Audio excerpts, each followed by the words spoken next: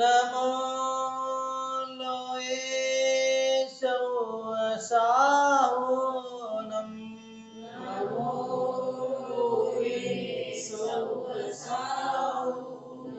बोले अनंतानंद सिद्ध परमेष्टि भगवान की, चौबीसों भगवान की, आदिनाथ भगवान की, शासन नायक महावीर भगवान की, गोमटेश्वर बाहुबली भगवान की, संत श्रोमणी आचार्य गुरुदेव विद्यासागर मुनि महाराज की, परम पूज्य नेम सागर मुनि महाराज की, समस्त आचार्य संघ की, 3 कम 9 कोटि मुनि महाराजों की।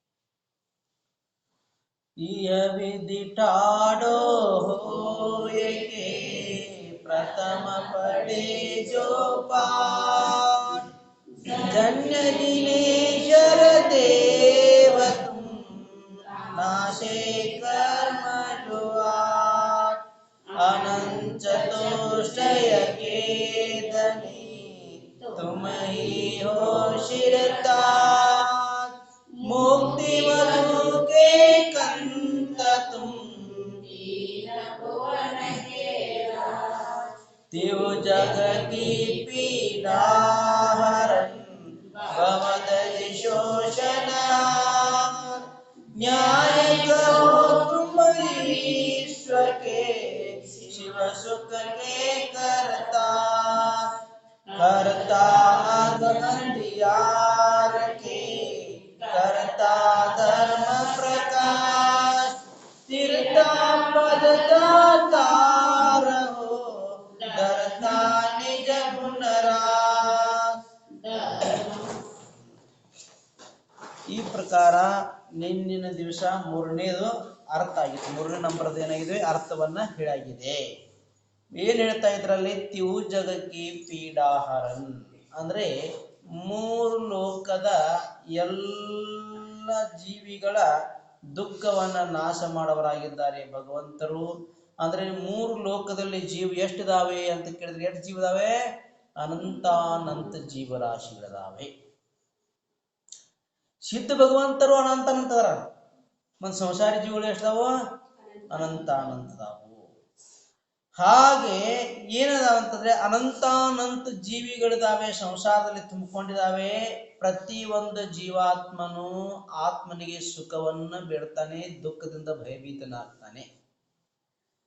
ಜೇ ತ್ರಿಭುವನ ಮೇ ಜೀವ ಅನಂತ ಸುಖ ಚಾಯೆ ದುಃಖತೆ ಭಯವಂತ, ತಾತೇ ದುಃಖಹಾರಿ ಸುಖಕಾರ ಕಹೆ ಶೀಕ ಗುರು ಕರುಣಾದ. 6 ಗುರಾಣಿಯಲ್ಲಿ ಹೇಳ್ತಾರೆ, ಜೇ ತ್ರಿಭುವನ ಮೇ ಜೀವ ಅನಂತ, 3 ಲೋಕದಲ್ಲಿ ಎಷ್ಟು ಜೀವಿಗಳಿದಾವೆ ಅಂದ್ರೆ ಅನಂತ ಜೀವರಾಶಿಗಳು ತುಂಬಿಕೊಂಡಿದ್ದಾವೆ. ದುಃಖದಿಂದ ಭಯಭೀತರಾಗ್ತಾವೆ, ಸುಖವನ್ನು ಇಚ್ಛಾ ಪಡ್ತಾವೆ. ಇನ್ನು ನಾವೆಲ್ಲರೂ ಇದೀವಿ, ಯಾರಿಗೆ ದುಃಖ ಇಚ್ಛಾ ಪಡ್ತೀವಿ ನಾವು ಹೇಳ್ರೋಣ? ಪ್ರತಿಯೊಬ್ಬ ಜೀವಾತ್ಮನು ತನಗೆ ಸುಖವನ್ನ ಬೇಡ್ತಾನೆ ವಿನಃ ದುಃಖವನ್ನ ಬೇಡುವಂತ ಯಾವ ಜೀವಾತ್ಮರುಗಳು ಕೂಡ ಇಲ್ಲ. ಆ ಸುಖ ಎಲ್ಲಿದೆ ಅಂತ ಕೇಳಿದಾಗ, ಆ ಸುಖ ಎಲ್ಲಿದೆ? ಧರ್ಮದಲ್ಲಿದೆ ವಿನಃ ಸಂಸಾರದಲ್ಲಿ ಆ ಸುಖ ಸಿಗಲಿಕ್ಕೆ ಸಾಧ್ಯ ಇಲ್ಲ.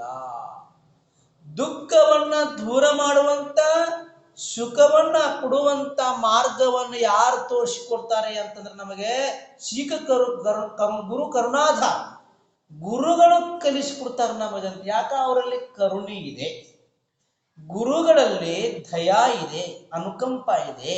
ಯಾಕೆ? ನಮ್ಮ ಜೊತೆಗೆ ಈ ಜೀವಿಗಳ ಕೂಡ ಏನಾಗಲಿ ಆತ್ಮ ಕಲ್ಯಾಣ ಮಾಡ್ಕೋಲಿ ಅನ್ನುವಂತ ಭಾವನೆ ಗುರುಗಳಲ್ಲಿ ತುಂಬಿಕೊಂಡಿರುತ್ತದೆ. ತೀರ್ಥಂಕರರಿಗೆ ವಿಶ್ವ ಕಲ್ಯಾಣದ ಭಾವನೆ ಇರುತ್ತೆ. ಅನಂತ ತೀರ್ಥಂಕರ ಪ್ರಕೃತಿ ಬಂದಾಗತ್ತ ಅವ್ರಿಗೆ. 16 ಕಾರಣ ಭಾವನೆಗಳಂತೂ ಮುಕ್ಕಿದವೆ. ಅದರ ಜೊತೆಗೆ ಅವರಲ್ಲಿ ವಿಶ್ವ ಕಲ್ಯಾಣದ ಭಾವನೆ ಕೂಡ ತುಂಬಿರುತ್ತೆ. ಅವರೆಂತಾರೆ, ಇಡೀ ಜಗತ್ತಿನಲ್ಲಿರುವಂತ ಎಲ್ಲ ಜೀವಿರಾಶಿಗಳು ಮುಕ್ತ ಆಗಲಿ ನನ್ನ ಹಾಗೆ ಅಂತ ಇಚ್ಛೆ ಪಡ್ತಾರ. ನಾವು ಕೂಡ ಏನ್ ಮಾಡ್ಬೇಕು, ಪ್ರತಿನಿತ್ಯ ಮಂದಿರದಲ್ಲಿ ಎಲ್ಲ ಜೀವಿಗಳ ಸುಖವಾಗಿರಲಿ ಅಂತ ಇಚ್ಛೆ ಪಡಬೇಕು. ಪ್ರತಿಯೊಂದು ಜೀವಾತ್ಮನಿಗೆ ಮುಕ್ತಿ ಸಿಗಲಿ, ಸಂಸಾರದಿಂದ ಪಾರಾಗಲಿ, ಮುಕ್ತಿಯನ್ನು ಹೊಂದಲಿ ಅನ್ನುವಂಥ ಭಾವನೆ ಮಾಡಬೇಕು. ನಮಗಟ್ಟ ಮುಕ್ತಿ ಸಿಗಲಿ ಅಂತ ಇಚ್ಛೆ ಪಡ್ಲಿಕ್ಕೆ ಹೋಗಬಾರದು. ಅದಕ್ಕೆ ಏನು ಮಾಡ್ಬೇಕಂದ್ರೆ ಭಾವನೆ, ಒಳ್ಳೆ ಭಾವನೆಯನ್ನು ಮಾಡಬೇಕು. ವಿಶ್ವದಳು ಸುಖ ಶಾಂತಿ ನೆಲೆಸಲಿ, ಸರ್ವರು ಸುಖಿಯಾಗಲಿ. ಸಮಯದಿ ಮೋಡಗಳು ಮಳೆ ಸುರಿಸಿ ಶಾಂತಿಯ ಮಾಡಲಿ. ಭೂಮಿಯೊಂದಿಗೂ ಹಸಿರು ತೋರಲಿ, ಸುಖದ ಬೆಳೆಯನ್ನು ನೀಡಲಿ. ರಾಜ್ಯ ಪ್ರಜೆಗಳು ಯೋಗಿ ಮುನಿಗಳು ಲೋಕಹಿತವನ್ನು ಬಯಸಲಿ. ಏನ್ ಹೇಳ್ತಾ ಇದ್ರೆ, ವಿಶ್ವದಳು ಸುಖ ಶಾಂತಿ ನೆಲೆಸಲಿ, ಸರ್ವರೂ ಸುಖಿಯಾಗಲಿ. ಇಡೀ ವಿಶ್ವ ತುಂಬ ಎಲ್ಲ ಏನಾಗಬೇಕು, ಶಾಂತಿ ನೆಲೆಸಬೇಕು, ಎಲ್ಲರೂ ಸುಖವಾಗಿರಬೇಕು. ನನಗಷ್ಟೇ ಸುಖ ಸಿಗಲಿ, ಶಾಂತಿ ಸಿಗಲಿ, ಅಕ್ಕಪಕ್ಕದವರೆಲ್ಲ ಹಾಳಾಗಿ ಹೋಗಲಿ ಅಂದ್ರೆ ನಾವು ಬಯಸುವುದರಿಂದ ಯಾರಿಗೆ ಕೆಡ್ತಾನೆ? ನಾವು ಬಯಸುವುದರಿಂದ, ಭಾವನೆಯನ್ನು ಮಾಡೋದ್ರಿಂದ ಮತ್ತೊಬ್ಬರಿಗೆ ಕೆಡಕಾಗುತ್ತೇನೆ? ಅವ್ರವ್ರ ಕರ್ಮಾನುಸಾರ ಆಗ್ತಾ ಇದೆ.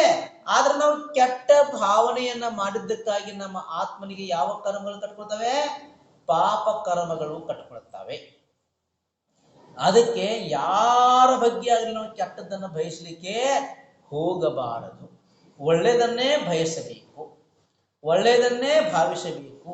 ಅಂದಾಗ ನಮ್ಮ ಆತ್ಮನಿಗೆ ಏನಾಗ್ತವೆ? ಪುಣ್ಯ ಕರ್ಮಗಳ ಬಂದಾಗ್ತವೆ, ಪಾಪ ಕರ್ಮಗಳು ಏನಾಗ್ತವೆ? ನಿಂತು ಬಿಡ್ತವೆ.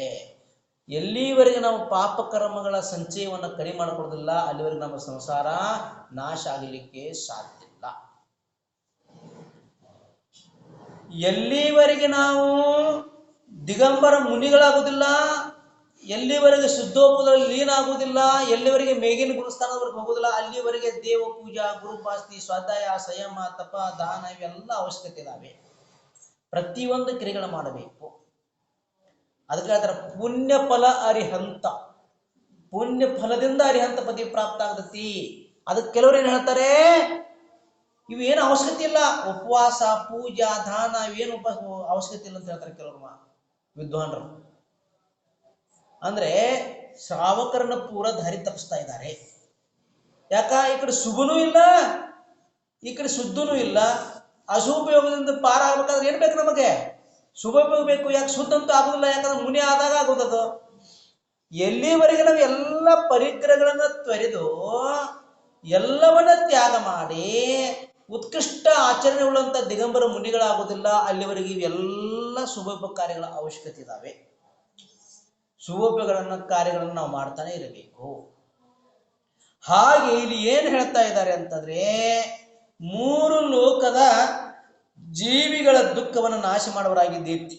ಭವದದಿ ಶೋಷಣಹಾರ, ಭವರೂಪಿ ಸಮುದ್ರವನ್ನ ಒಣಸೋರಾಗಿದ್ದೀರಿ. ನ್ಯಾಯಕ ಹೋತು ವಿಶ್ವಕ್ಕೆ, ನೀವೆಲ್ಲ ಸರ್ವಜ್ಞರಾಗಿದ್ರಿ, ನ್ಯಾಯಕರಾಗಿದ್ರಿ. ಇಡೀ ಲೋಕದಲ್ಲಿರುವಂತಹ ಸಮಸ್ತ ದ್ರವ್ಯ ಪರ್ಯಾಯಗಳನ್ನು ಏಕಕಾಲಕ್ಕೆ ತಿಳಿದುಕೊಳ್ಳುವಂತಹ ಶಕ್ತಿ ಉಳ್ಳವರಾಗಿದ್ರಿ. ಮತ್ತೇನಾಗಿದ್ರಿ? ಸಂಸಾರದ ದುಃಖದಲ್ಲಿ ನೊಂದಿರುವಂತಹ ಜೀವಿಗಳಿಗೆ ಶಿವಸುಖವನ್ನು ಕೊಡವರಾಗಿದ್ದೀರಿ. ಶಿವಸುಖ ಅಂದ್ರೆ ಮೋಕ್ಷದ ಸುಖವನ್ನು ಕೊಡವರಾಗಿದ್ದೀರಿ. ಅದಕ್ಕೆ ನಿಮ್ಮಂತ ಭಗವಂತರ ಶರಣ ನಾನು ಬರ್ತೀನಿ ಅಂತ ಹೇಳ್ತಾ ಇದ್ದಾರೆ. ಇದು ಯಾವಾಗ ಹೇಳ್ಬೇಕು? ವಿನಯ ಪಾಠ ಪೂಜಾ ಪ್ರಾರಂಭ ಮಾಡೋಕ್ಕಿಂತ ಮುಂಚೆ 2 ಕೈಗಳನ್ನ ಜೋಡಿಸಿ ಎದ್ದು ನಿಂತು ಅತಿ ವಿನಯಪೂರ್ವಕವಾಗಿ ವಿನಯ ಪಾಠವನ್ನು ನಾವು ಏನ್ ಮಾಡಬೇಕು?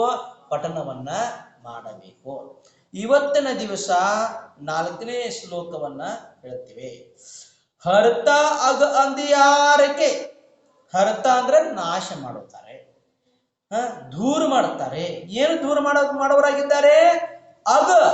ಅಗ ಅಂದ್ರೆ ಪಾಪ. ಅಂದಿಯಾರ ಅಂದ್ರೆ ಪಾಪ ರೂಪಿ ಅಂಧಕಾರವನ್ನ ನಾಶ ಮಾಡುವರಾಗಿದ್ದಾರೆ. ಯಾರು? ಭಗವಂತರು. ಭಗವಂತರು ಏನ್ ಮಾಡ್ತಾರೆ? ಯಾರು ಭಗವಂತರ ಹತ್ತಿಕ್ಕೆ ಹೋಗ್ತೀವಲ್ಲ ಅವ್ರು ಮಾತ್ರ ಅದರಿಂದ ಪಾರಾಗ್ತಾರೆ. ಭಗವಂತರನ್ನ ಹೋಗಿದ್ರೆ ಮನ್ಯಾಗ ನಮ್ಗೆ ಆಗಕ್ಕೆ ಸಾಧ್ಯತೆನ ಇಲ್ಲ. ಯಾಕೆ? ಅದೊಂದು ನಿಮಿತ್ತ ಸ್ಥಾನ, ಸಮೋಶ್ರಣ.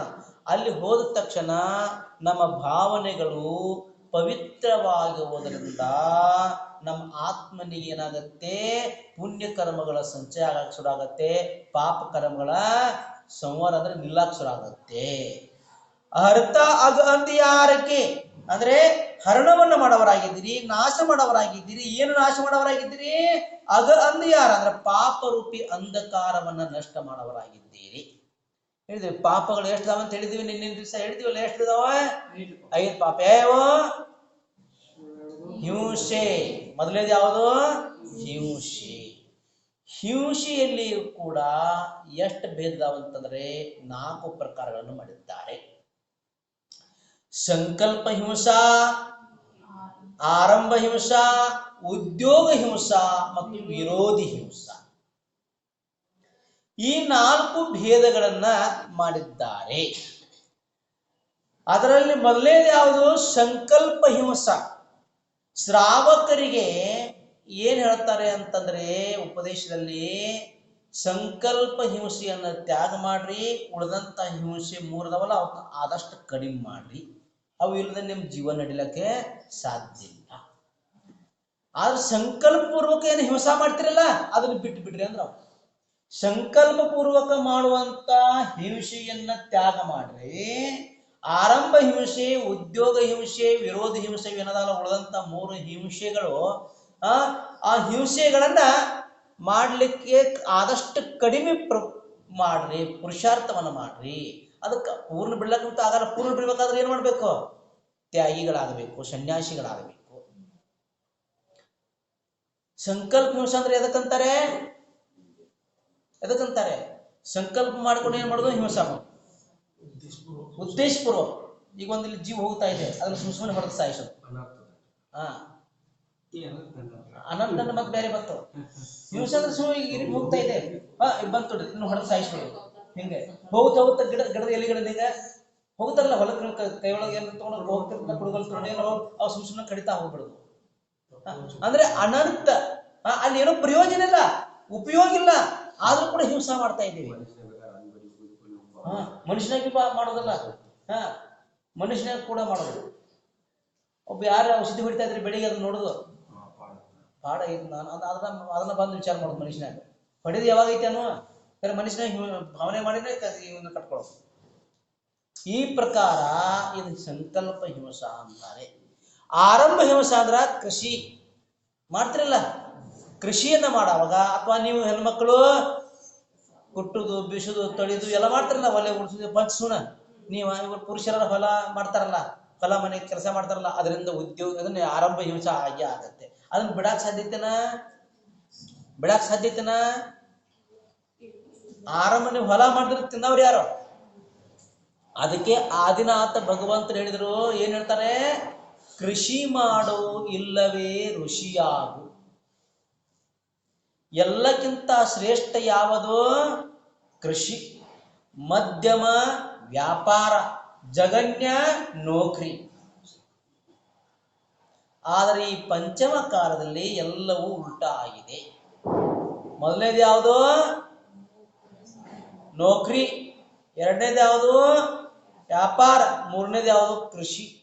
ಕೃಷಿ ಮಾಡ್ತಾರಂದ್ರೆ ಆ ಹುಡುಗರಿಗೆ ಹೆಣ್ಮಕ್ಳು ಕೂಡ ಅವ್ರು ಯಾರೂ ಇಲ್ಲ, ಅವತ್ತು ಮದುವೆನ ಆಗ್ತಾ ಇಲ್ಲ. ಪಾಪ ಎಷ್ಟೋ ಹುಡುಗರು ಹಂಗತಿರ್ತಾವ. ಬರೇ ನೌಕರಿ ಅಂದ್ರೆ ಜೈನರು ಮೊದಲು ನೋಡ್ರಿ, 40 ವರ್ಷ ಹಿಂದ್ಗಡೆ ಕರೆದ್ ನೌಕರಿ ಕೊಡ್ತಿದ್ರಂತ. ಆದ್ರೆ ಜೈನರು ಹೋಗ್ತಿರ್ಲಿಲ್ಲ. ನಾವ್ ಯಾರ ಕೈಯಾಗ ಅದರಿಂದ ಕೆಲಸ ಮಾಡ್ಲು ಅಂತಿದ್ರಂತೆ. ಕರೆದು ಕೊಡ್ತಿರಂತ, ಮನೆ ಹುಡುಕ್ತಾ ಬರ್ತಂತ ನೌಕರಿ. ಸಾರಿ ಯಾರು ಎಷ್ಟು ಕಲ್ತಾರ, ಏನ್ ಕಲ್ತಾರ, ಮಿಲಿಟ್ರಿಗೆ ಅಂತ ಹುಡುಕ್ತೊಂಡು ಹೋಗ್ತಿರಂತೆ. ಮಾಸ್ತರಿಕೆ ಕೆಲಸ, ಟೀಚರ್ ಕೆಲಸ, ಇವೆಲ್ಲ ಹುಡುಕಿತ್ತು. ಎಷ್ಟು ಕಲ್ತಾರ, ಯಾರು ಹುಡುಕ್ತಿರಂತೆ, ಮನೆ ತಿರುಗ್ತಿರಂತೆ. ಆದ್ರೆ ಜೈನರು ಯಾರು ಹೋಗ್ತಿರ್ಲಿಲ್ಲಂತೆ. ಉಳ್ದವ್ರು ಹೋಗವ್ರು, ಆದ್ರೆ ಜೈನರು ಯಾರಿಲ್ಲ. ನಾವಿಲ್ಲ, ಮತ್ತೊಬ್ಬರ ಕೆಳಗೆ ಕೈಯನ್ನು ಒಡ್ಡಂತ ನಾವು ಅಲ್ಲ ಅಂತಿದ್ರು. ಈಗ ನಮ್ಮ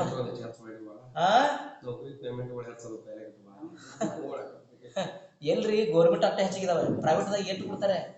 ದಿವಸ ಎಲ್ಲ ದುಡಿಸ್ಕೋತಾರೆ, ಎಷ್ಟು ಕೊಡ್ತಾರೆ ಪೇಮೆಂಟ್? ಪಾಪ ಬೆಂಗಳೂರದಾಗ ಇದಾರೆ ಇಂಜಿನಿಯರ್ಗಳು, ಏನ್ ಮಾಡ್ಬೇಕು? ಬಹಳ ಕೆಟ್ಟ ಪರಿಸ್ಥಿತಿ. ಹಾಗೆ ಆರಂಭ ಹಿಂಸೆಯನ್ನ ನಾವು ಬಿಡ್ಲಿಕ್ಕೆ ಬರುವುದಿಲ್ಲ.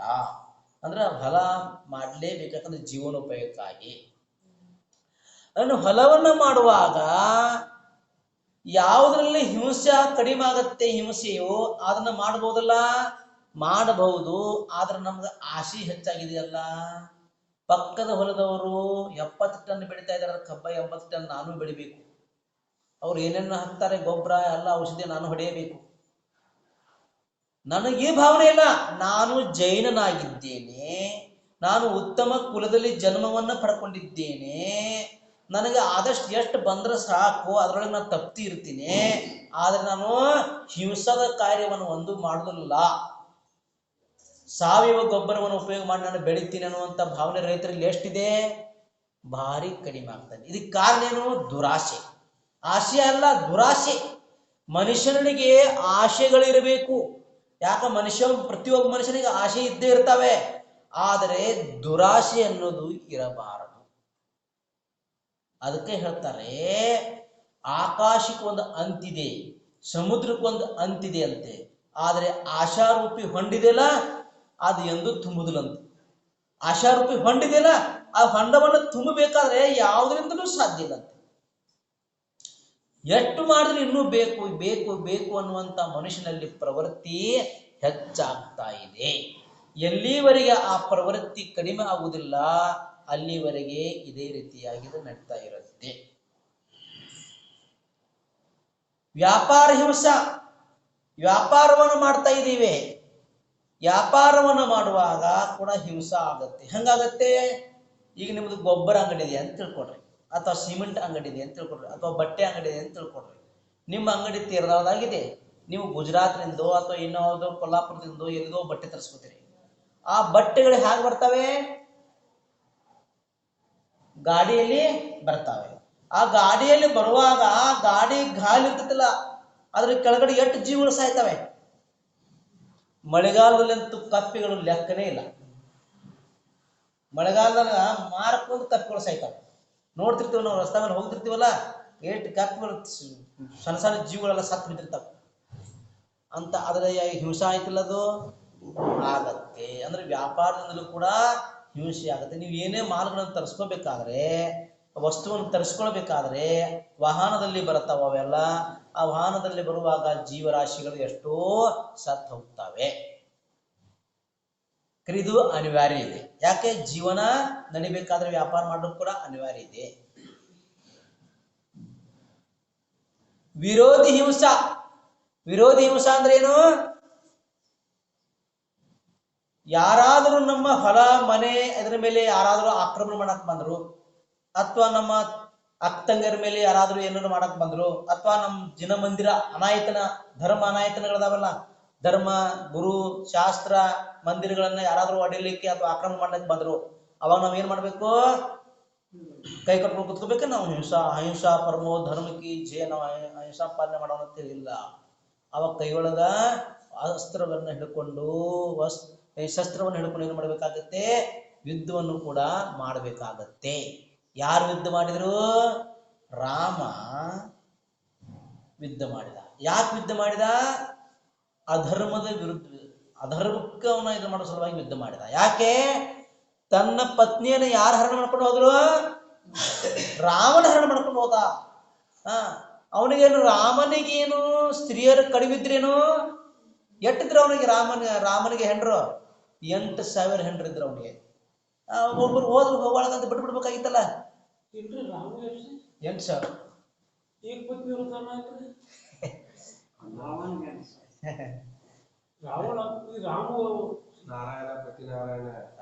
ಬರ್ತಾರೆ 16 ಈ ಪ್ರಕಾರ ಇರ್ತಾರೆ. ಚಕ್ರವರ್ತಿ 96,000. ಹಂಗೆ ಇಲ್ಲಿ ಹೇಳ್ತಾ ಇದ್ದಾರೆ. ಆದ್ರೆ ರಾಮನಿಗೆ ತೋರಿಸ್ಕೊಡ್ಬೇಕಾಗಿತ್ತು ಅಧರ್ಮವನ್ನ, ಅವನಿಗೆ ಅಧರ್ಮಕ್ಕೆ ಏನ್ ಮಾಡ್ಬೇಕು? ಶಿಕ್ಷೆ ಕೊಡಬೇಕು ಅನ್ನೋ ಒಂದ ಉದ್ದೇಶದಿಂದ. ಯಾಕೆ? ಇವತ್ತು ಹೀಗೆ ಬಿಟ್ರೆ ಮತ್ತೆ ಅಧರ್ಮ ಜಗತ್ತಿನೊಳಗೆ ಏನಾಗುತ್ತೆ? ಹೆಚ್ಚಾಗ್ತಾ ಹೋಗುತ್ತೆ ಅಂತ ತಿಳ್ಕೊಂಡು ಅವನೇ ಮಾಡಿದ, ಕೈಯೊಳಗ ಅಸ್ತ್ರವನ್ನು ತಗೊಂಡ ಮತ್ತ ಯುದ್ಧವನ್ನ ಮಾಡಿದ. ಅಂದ್ರೆ ಈಗ ನೀವು ಇಲ್ಲಿ ಇದೀರಿ ಅಂತ ತಿಳ್ಕೊಳ್ರಿ, ಇಲ್ಲಿ ನಿಮಗೊಬ್ಬರು ದಿಗಂಬರ ಮುನಿಗಳಿದ್ದಾರೆ, ಅಥವಾ ಮಂದಿರ ತಯಾರಿದೆ ಅಂತ ತಿಳ್ಕೊಳ್ರಿ. ಆದ್ರೆ ಯಾರಾದ್ರೂ ಆಕ್ರಮಣ ಮಾಡಕ್ ಬಂದ್ರು, ನೀವು ಸುಮ್ಮನೆ ಕೂತ್ಬಿಟ್ರೇನು? ವಿರೋಧ ಹಿಂಸಾ ಮಾಡ್ಲಿಕ್ಕೆ ಹೇಳಿದ್ದಾರೆ. ವಿರೋಧವನ್ನ ಮಾಡ್ಬೇಕು ಅವಾಗ ನಾವು. ಯಾಕೆ? ನಮ್ಮ ಆಯತನ ಇದೆ, ಅದು ನಮ್ಮ ನಾವು ಧರ್ಮವನ್ನ ಆಚರಣೆ ಮಾಡಿದಾಗ ಅದೊಂದು ಸಮೋಷಣ ಸ್ಥಾನವಿದೆ. ಆ ಪವಿತ್ರವಾದ ಸ್ಥಾನವನ್ನು ನಾಶ ಮಾಡ್ಲಿಕ್ಕೆ ಬಂದಿದ್ದಾರೆ ಅಂದ್ರೆ ನಾವು ಸುಮ್ಮನೆ ಕುತ್ಕೊಳ್ಳಿಕ್ಕೆ ಬರುವುದಿಲ್ಲ. ಅದಕ್ಕಾಗಿ ಏನ್ ಮಾಡ್ತೀವಿ ನಾವು, ಈ ಪ್ರಕಾರ ಸಂಕಲ್ಪ ಹಿಂಸೆಯನ್ನ ಬಿಟ್ಟು ಉಳಿದಂತ ಎಷ್ಟು ಹಿಂಸೆಗಳಿದಾವೆ? ಆರಂಭ ಹಿಂಸಾ, ಉದ್ಯೋಗ ಹಿಂಸಾ, ವಿರೋಧಿ ಹಿಂಸಾ, ಇವತ್ತು ಮೂರು ಏನ್ ಮಾಡಕ್ ಬರಲ್ಲ, ಬಿಟ್ಟು ಬಿಡ್ಲಿಕ್ಕೆ ಬರಲ್ಲ. ಸಂಕಲ್ಪವನ್ನು ಮಾತ್ರ ಹಿಂಸೆಯನ್ನ ತ್ಯಾಗ ಮಾಡಕ್ ಬರುತ್ತೆ. ಉಳಿದಂತವುಗಳು ಆದಷ್ಟು ತಮ್ಮ ಜೀವನದೊಳಗೆ ಕಡಿಮೆ ಮಾಡಿಕೊಂಡು ಏನ್ ಮಾಡ್ಬೇಕು, ನಾವು ಜೀವನವನ್ನ ಸಾಗಿಸಬೇಕು. ಆದಷ್ಟು ಸಾತ್ವಿಕ ಜೀವನವನ್ನ ಸಾಧಿಸಲಿಕ್ಕೆ ನೀವು ಇಚ್ಛಾ ಪಡಬೇಕು. ಅಂದಾಗ ಏನಾಗುತ್ತೆ, ಸಾಧ್ಯ ಆಗುತ್ತೆ. ಮತ್ತು ಆಸೆ ಹೆಚ್ಚಾದಾಗ ಏನಾಗುತ್ತೆ, ನೀವು ಎಲ್ಲ ಏನ್ ಮಾಡ್ಬೇಕಾದ್ರೆ ಎಲ್ಲ ಮಾಡ್ತಾರವ, ಯಾವತ್ತೂ ಮನಸ್ಸ ಹಿಂಜರಿಯುವುದಿಲ್ಲ. ಯಾಕೆ?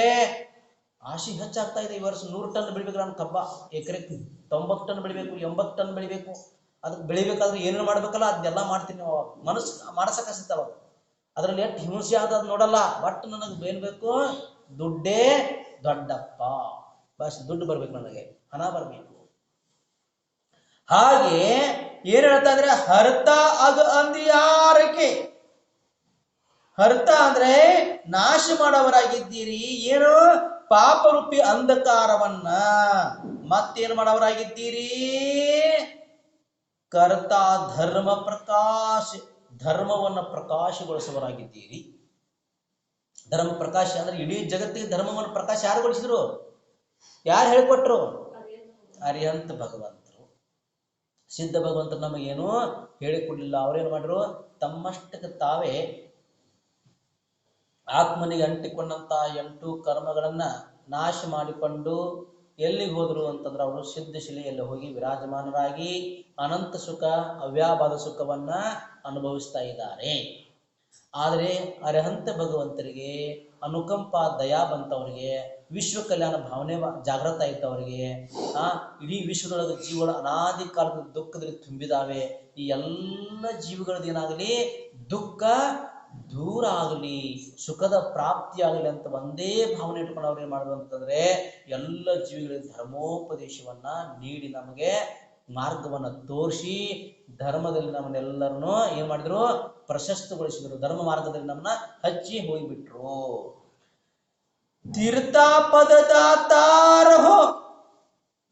ತೀರ್ಥ ಅಂದ್ರ ಸ್ಥಿರ, ಪದ ಅಂದ್ರ ಪದ, ಸ್ಥಿರ ಪದ ಯಾವುದು? ಮೋಕ್ಷ ಪದ. ಶಾಶ್ವತ, ಅವಿನಶ್ವರ, ಅಕ್ಷಯ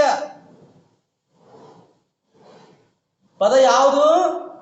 ಮೋಕ್ಷ ಪದ ಅಂತಿರ್ಲಿಲ್ಲ ನೀವು. ಏನ್ ಮಾಡ್ತೀರ? ಅಕ್ಷಯ ಪದ ಪ್ರಾಪ್ತಾಯ ಅಂದ್ರ ಅಕ್ಷಯ, ಅಕ್ಷಯ, ಕ್ಷಯವಾಗಲಾರದಂತ ಪದ ಯಾವುದು? ಯಾವುದು? ಮೋಕ್ಷ. ಅಂತ ಪದ ಪ್ರಾಪ್ತ ಆಗ್ಲಿಕ್ಕೆ ನೀವೇನ್ ಮಾಡ್ತೀರಿ?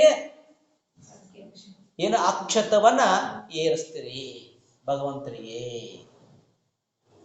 ಅಕ್ಷಯ, ಅವಿನಶ್ವರ, ಅವಿನಾಶಿ, ಸ್ಥಿರ ಪದ ಯಾವುದು? ತೀರ್ಥಪದತಾತಾರಹ. ಸ್ಥಿರವಾದಂತ, ಅಕ್ಷಯವಾದಂತ, ಶಾಶ್ವತವಾದಂತ, ಅವಿನಶ್ವರವಾದಂತ ಪದ ಯಾವುದು ಅಂತ ಕೇಳಿದಾಗ ಅದು ಮೋಕ್ಷ. ಆ ಮೋಕ್ಷ ಪದವನ್ನ ಕೊಡುವಂತರಾಗಿದ್ದಾರೆ ಯಾರೋ? ಅರಿಹಂತ ಭಗವಂತರು. ನಮ್ಮೆಲ್ಲ ಆತ್ಮನಿಗೆ ಈ ಎಲ್ಲ ಸಂಸಾರದಲ್ಲಿ ಪದಗಳು ಸಾಕಷ್ಟಿವೆ. ಈ ಎಲ್ಲ ಪದಗಳು ಏನಾಗಿದ್ದಾವೆ? ನಶ್ವರವಾಗಿದ್ದಾವೆ, ನಾಶವಾನವಾಗಿದ್ದಾವೆ, ಕ್ಷಯವಾಗುವಂತವಾಗಿದ್ದಾವೆ, ನಶ್ವರವಾಗಿದ್ದಾವೆ. ಆದರೆ ಮೋಕ್ಷ ಪದ ಒಂದೇ ನಮಗೇನಾಗಿದೆ ಅಂತಂದ್ರೆ ಸ್ಥಿರವಾದಂತ, ಶಾಶ್ವತವಾದಂತ, ಅಕ್ಷಯವಾದಂತ ಪದವಾಗಿದೆ.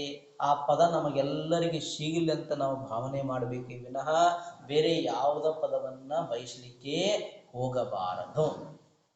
ಇಂಥ ಶಾಶ್ವತ ಪದ ತೀರ್ಥ ನಿಜ ಗುಣರಾಶ್, ಧರ್ತಾ ನಿಜ ಗುಣರಾಶ್. ಮತ್ತೇನಂದ್ರೆ ನೀವೇನಾಗಿದ್ದೀರಿ? ಧಾರಣೆ ಮಾಡಿದ್ದೀರಿ. ಏನು ಧಾರಣೆ ಮಾಡಿದ್ದೀರಿ? ನಿಜ ಗುಣರಾಶ್.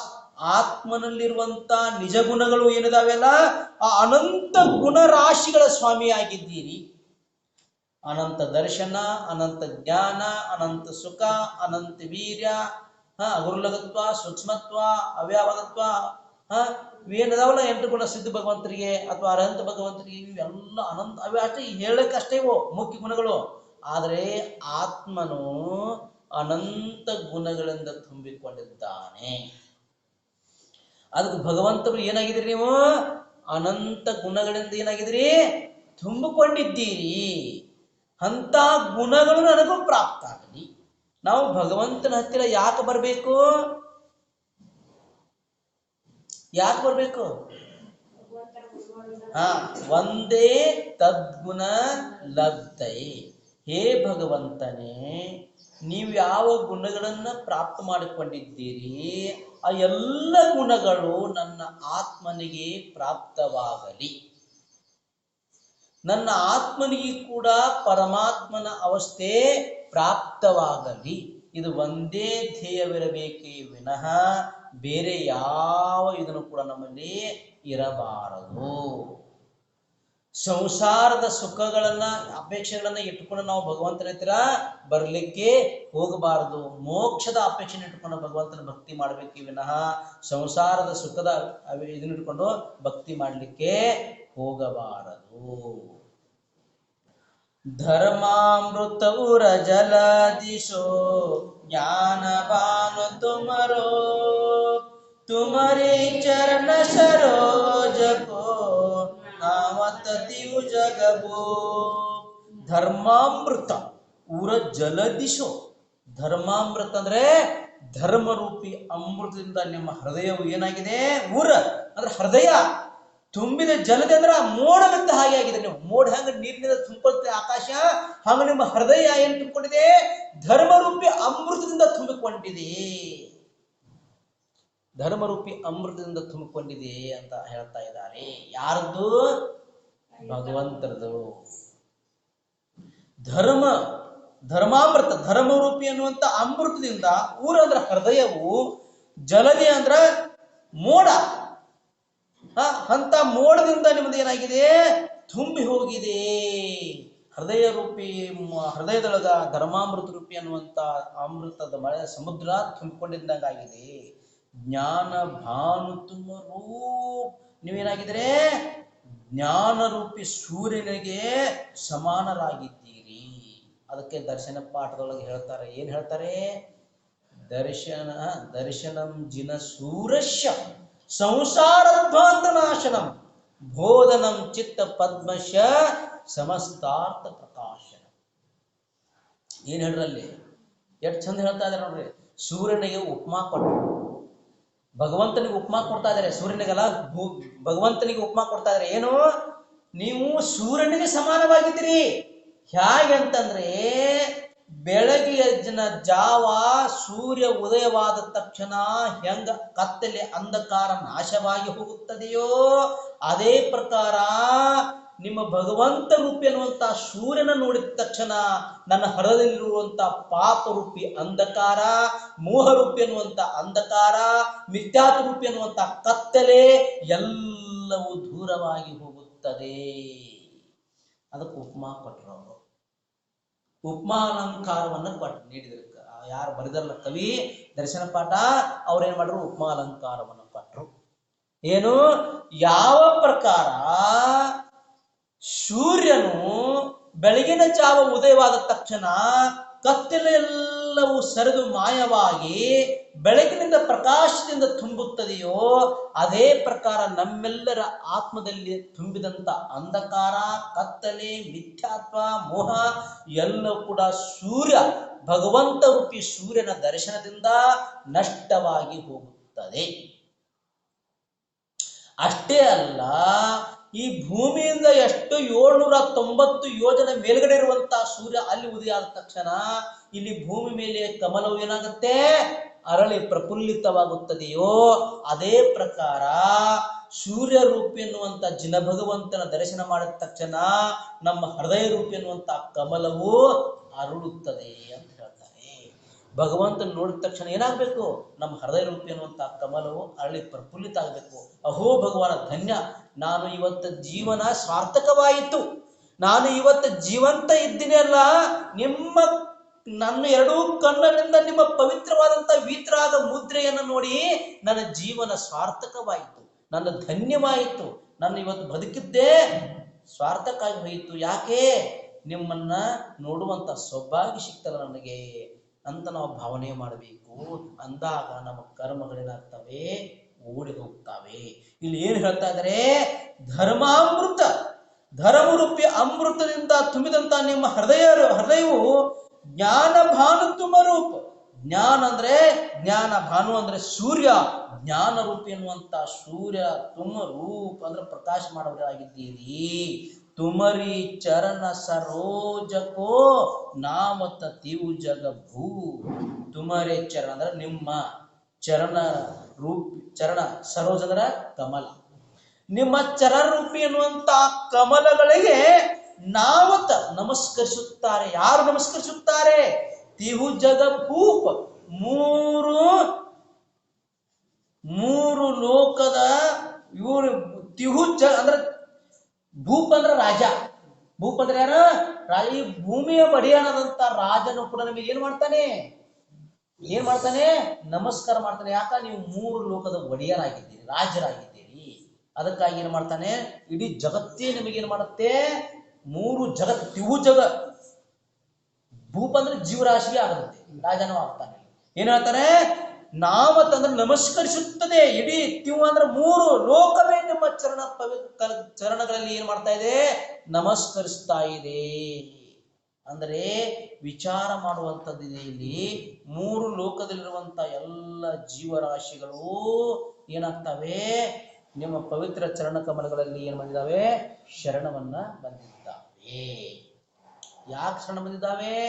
ನೀವು ಏನಾಗಿದ್ದೀರಿ? ನಿಮ್ಮ ಹೃದಯವು ಧರ್ಮರೂಪಿ ಅಮೃತದಿಂದ ಏನಾಗಿದೆ? ತುಂಬಿದ ಮೋಡದ ಸಮಾನವಾಗಿದೆ. ಮತ್ತೆ ನೀವೇನಾಗಿದೆ? ಸೂರ್ಯನ ಹಾಗೆ ನಿಮ್ಮದು ಏನಾಗಿದೆ? ಜ್ಞಾನವು ನಿಮ್ಮ ಸ್ವರೂಪ ಏನಾಗಿದೆ? ಪ್ರಕಾಶಮಾನಗೊಳಿಸುವಂತಾಗಿದೆ. ಅದಕ್ಕಾಗಿ ಇಡೀ ಜಗತ್ತು ಏನ್ ಮಾಡುತ್ತೆ? ನಿಮ್ಮ ಚರಣ ಕಮಲಗಳಲ್ಲಿ ಏನ್ ಮಾಡುತ್ತೆ? ನಮಸ್ಕಾರವನ್ನ ಮಾಡುತ್ತೆ. ಮೂರು ಲೋಕದಾಗಲ್ಲ, ಭಗವಂತನಿಗೆ ಎಷ್ಟು ಇಂದ್ರರು ನಮಸ್ಕಾರವನ್ನು ಮಾಡ್ತಾರೆ? ಸತ್ಯೇಂದ್ರ. ಭವನಾಲಯ ಚಾಲೀಸ ವ್ಯಂತರ ದೇವಾನ ಹೋತಿ ಬತ್ತೀಸ ಕಪ್ಪಾಮರ ಚವ್ವೀಸ ಚಂದೋ ಸೂರ್ಯೋ ನರೋ ತಿರಿಯೋ. ಈ ಪ್ರಕಾರ ಭವನಾಲಯ ಚಾಲಿಸ ಅಂದ್ರೆ ಭವನವಾಸಿ 40, ಭವನಾಲಯ ಚಾಲಿಸ ವ್ಯಂತಾನ ದೇವಾನ ಹೋತಿ ಬತ್ತೀಸ, ವ್ಯಂತರ ದೇವ 32, ಮತ್ತ ಭವನವಾಸಿ ವ್ಯಂತರವಾಸಿ ಜ್ಯೋತಿಷಿ ದೇವತೆಗಳು, ಮತ್ತು ಸೂರ್ಯ ಚಂದ್ರ, ಮತ್ತು ನರರು ಅಂದ್ರೆ ಮನುಷ್ಯರಲ್ಲಿ ಚಕ್ರವರ್ತಿ, ಮತ್ತೆ ಮನುಷ್ಯರೊಳಗೆ ಇಂದ್ರ ಯಾರು? ಚಕ್ರವರ್ತಿ, ಮತ್ತೆ ಪ್ರಾಣಿಗಳೊಳಗ ಸಿಂಹ. ಇವೆಲ್ಲವೂ ಕೂಡ ಏನ್ ಮಾಡ್ತಾರೆ?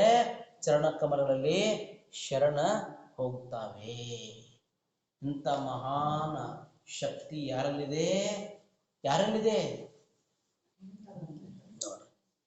ಭಗವಂತರ ಗರ್ಭ ಕಲ್ಯಾಣ ಅಂತ ತಿಳ್ಕೊಳ್ರಿ. ನೀವು ಗರ್ಭದಾಗ ಬರಾವದಾರ ಅಂತ ತಿಳ್ಕೊಳ್ರಿ. ಇನ್ನು ಗರ್ಭದಲ್ಲಿ ಬರೋಕ್ಕಿಂತ ಮುಂಚೆನೆ,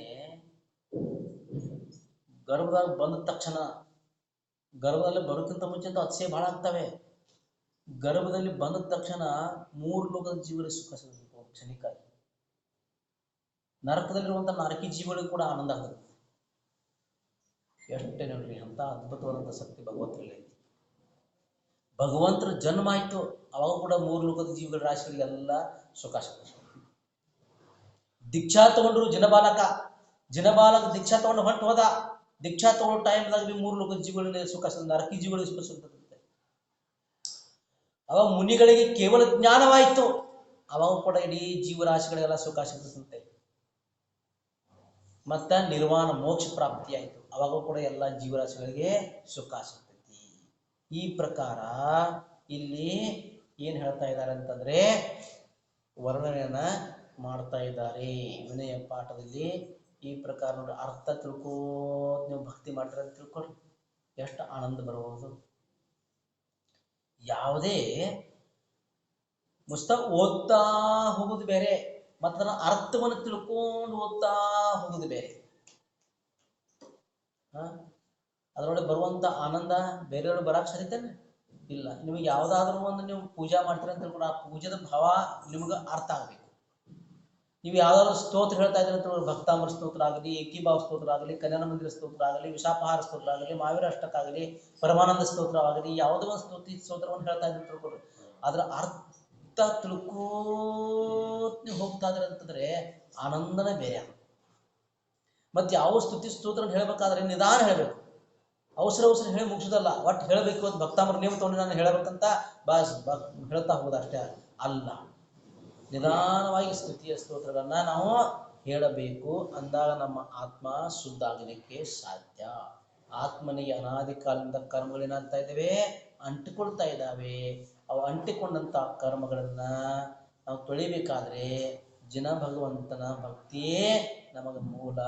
ಆ ಜಿನ ಭಗವಂತನ ಭಕ್ತಿಯನ್ನ ಮಾಡ್ತಾ ಮಾಡ್ತಾ ಮಾಡ್ತಾ ನಾವೆಲ್ಲರೂ ನಮ್ಮ ಆತ್ಮನ ಏನ್ ಮಾಡ್ಕೊಳ್ಳೋಣ, पवित्र ಮಾಡ್ಕೊಳ್ಳೋಣ. बोले ऐसा महेश्वर धर्म की प्रभु देव तुम्हारे पवित्र मुख से निष्कृत जो शीतलवाणी जग जन मन के मल को धोते अतः कहाती जिनवाणी जयवंतो माँ जग में कब तक जब तक सूरज चांद रहे शेषन भाते कर्म हर तुमा अब तक हम विषयांत रहे अब हम न विषयांत रहे। बोले जिनवानी माता की